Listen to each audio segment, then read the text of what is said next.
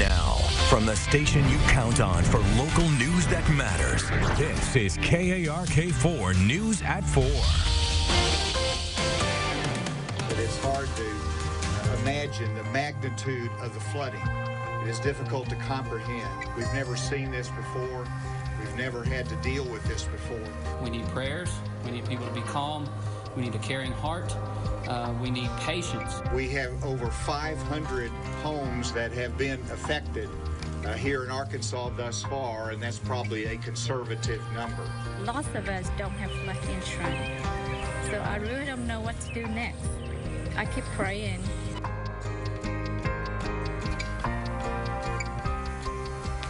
Rising waters forcing hundreds to evacuate their homes, leaving many wondering what the future holds. Good afternoon. I'm Rebecca Jeffrey. Thanks for joining us at 4 p.m. President Donald Trump declaring Arkansas's historic flooding a national disaster. Take a look at this video. Meteorologist Hayden Nix getting a bird's eye view of the historic flood across Arkansas. Several points along the Arkansas River are at record flood stages, and a levee has breached in Yell County, forcing more evacuations today. From across Arkansas to the nation's capital, we have team coverage this afternoon. We want to begin with Stephanie Sharp in Yell County. And as we mentioned, a levee breached this morning. And Stephanie, when you thought the situation couldn't get worse, a levee breaks, forcing more people from their homes. Steph.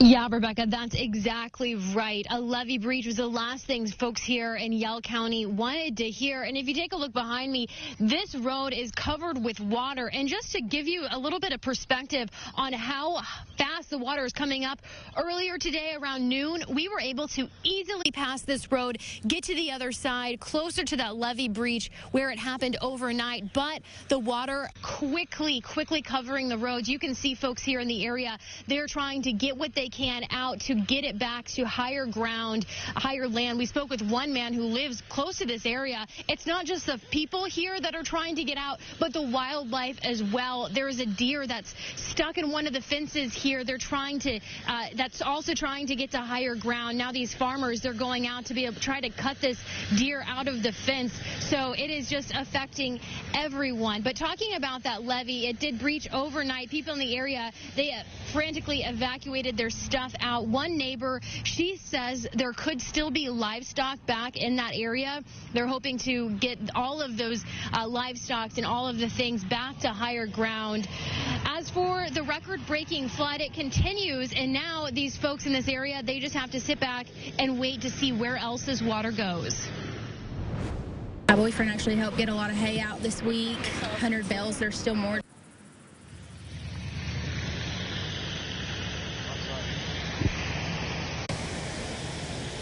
And again, here are more people trying to get to the other side, trying to get what they can out because it is a very historic flood. A lot of people, they don't know exactly where this water is going to go because of that levee breach. So they really are just hoping for the best, but obviously preparing for the worst. And I understand that this is not the only place affected by the flood on the Arkansas River. Tonight, our own Keith Monahan, he's live in Little Rock. And Keith, what did the water's level look like where you are? Well, they continue to rise across much of the river system throughout the state of Arkansas, Stephanie, except at Dardanelle. And you did talk about that levee breach that did occur this morning. Believe it or not, river levels have been falling in Dardanelle because of that breach. The river had been around 46 feet just before the breach occurred at that levee near Ola Bend. However, it has been falling. It fell about 1.5 feet during the course of the day today and continues to fall. It will continue to do so until all of that area that the levee is draining into becomes level with the river, and then the river is expected to once again start to rise. Taking a look at the graphics, we still are expecting a crest of around 46 feet out at Dardanelle as we head through a little bit later on in the weekend. Further downriver, we are looking at a continued rise in the river at Morrilton. Current stage is at 42.69. We are expecting a crest of 43.5 Sunday afternoon. Downriver near Toadsuck, Lock and Dam. Of course, breaching of the levees there is still going to be possible. Levees protecting that area up to about 283 feet above sea level. The current stage right now, 284.67 feet above sea level. A crest of 585 feet is expected on Monday. And of course, right here in Little Rock, the river continues to rise. We are growing very close to the 1990 flood record and the 1957 flood record. Current river level here in the capital city, 27.52. We are expecting a crest the middle of next week, Wednesday, around 29 feet. We're just inches away from the 1990 flood level of 27.6 and not too far away from the record flood level of 1957, which is about 27.8.9. That probably will occur a little bit later on this evening into early tomorrow. But again, the river is expected to continue to rise to that crest near 29 feet by the middle of next week. Rebecca? Keith and Stephanie, thank you for that live report. Now, all week we've been telling you about RDOT's efforts to keep us all safe. And the iDrive Arkansas map is available online or as an app on your phone. It shows roads that are currently closed, roads that are flooded, and even alternate routes. Very important for us right now. Now, you can also look at real-time live streams of problem spots to see what it looks like in your area. In Pulaski County, some people in North Little Rock are entering day 4 of sandbagging their homes to prevent rising floodwaters from moving in. The city of North Little Rock set up at least 4 locations where they dump sand for people who wanted to use it. And we spoke to one man who lived in the area the last time it flooded similar to this back in 1990. I've got sandbags around my foundation. I'm worried more about the pressure, the way it's moving, and the debris that's coming down the river. That's what I'm kind of worried about. This area of the river is expected to rise nearly 3 more feet by the time it crests. Here in the capital city, construction is underway for the Riverdale levee, which means Riverfront Drive is closed in 2 sections at Cottondale Drive and Rebsman Drive. Now, these closures are to protect the property inside the levee system for the Riverdale Levee District. KARK 4's Haley Brooks is live from Riverdale. And Haley, what are you seeing over there? Rebecca, we're seeing a lot of construction. You can see it behind me. They're building up this part. There's sandbags on the other side, and they have done a lot of progress since this morning. It has changed a whole lot, and you definitely cannot drive through here at all. Now, down this way is where all the traffic is being diverted.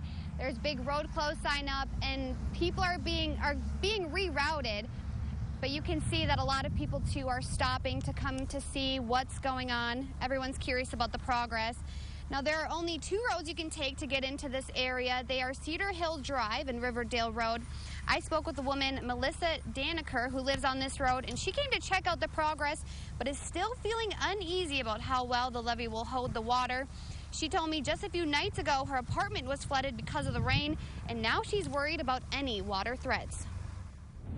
My neighbors and I are going to go to War Memorial. They have sandbags already prepared. They're open 24 hours. So we're going to go there, get some sandbags, and just hope for the best. Daniker said the city is preparing for the worst case scenario with the levee updates. So the sandbags, she is hoping for just another level of protections.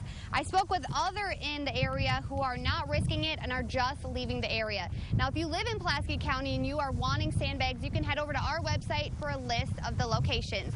Reporting live in Little Rock, I'm Haley Brooks. Back to you. They are a hot commodity now, Haley. Thank you. One of the biggest problems is at the Garrison Bridge in Fort Smith, which connects Arkansas to Oklahoma and is used to transport goods every day. That bridge has been closed for the past several days because of this flooding. U.S. Representative Steve Womack says it's not just the state feeling the impact of flooding, but also farmers. It's $23 million each day in economic benefit to our state. And whenever it's not operational, we lose that economic benefit. They've been already hit by tariffs. They've been hit by low commodity prices, and now this. And I just fear that in some cases we're going to lose them from that enterprise. The governor already signed 2 emergency proclamations that set aside $350,000 for the state's response. Meanwhile, the president signed a national declaration of emergency for the state of Arkansas last night. President Trump's action authorizes FEMA to coordinate disaster relief efforts in the state. And that's where we bring in KARK4's Washington correspondent, a familiar face, Jesse Tenner. Great to have you. But Jesse, what exactly does this flooding mean for those, or what does this mean for those impacted by flooding? Yeah, Rebecca, thanks for having me. It's great to be back. This allows FEMA to provide assistance to 16 of the 75 counties in Arkansas that have been hit hardest by this flooding. This federal aid offsets the state and local resources at 75% of the cost. In some cases, in the most dire circumstances, we could see that increase to 90%, but we haven't seen that in this case. So what does the funding go to? It goes to everything from supplies like generators and sandbags to providing shelters and medical care, to even things like search and rescue efforts and security. You'll also see it go to helping communities pump water out of these flooded homes that we've been seeing, and tearing down damaged buildings. And Arkansas may not be at this point yet, but all of the standing water is also, of course, major breeding grounds for what Arkansans refer to as bird-sized bugs in the summer. That's, of course, mosquitoes. If they become a rampant enough problem, some of these funds could go to spraying that and cutting down on the problem as well. Now, Trump has done this, declared an emergency for neighboring states, Oklahoma and Missouri, where a lot of the water in Arkansas is coming from. And Trump approved Arkansas just one day after Governor Asa Hutchinson requested it, also backed by the state's congressional delegation, which, of course, you've been hearing a lot from, too, since they're home there surveying it for themselves on recess. And Rebecca, like you said, Hutchinson has already approved $350,000 in just state funds. So yeah, more on the way. Excellent. Well, thank you so much, Jesse, for clearing that up. And I know a lot of people are wondering how exactly this national declaration will be helping them in the future. Thank you so much. Well, another reminder that Red Cross has shelters open for people who can't stay at home. And if you need to stay in one, there's one at the Don Owen Center in Conway, another one at the Dardanelle Community Center. There's also a shelter at the Evangel Temple in Fort Smith. And remember, you don't have to have proof of ID or address or anything like that, but be sure to bring clothes, bedding, toiletries, and any medications you may need. We will have more coverage on these historic floodwaters coming up later in the broadcast. Plus, we've also posted extended interviews, videos of the latest information from the National Weather Service, and we are constantly updating that info. Take the KARK News team on the go by using our KARK mobile app or KARK.com. We'll be right back.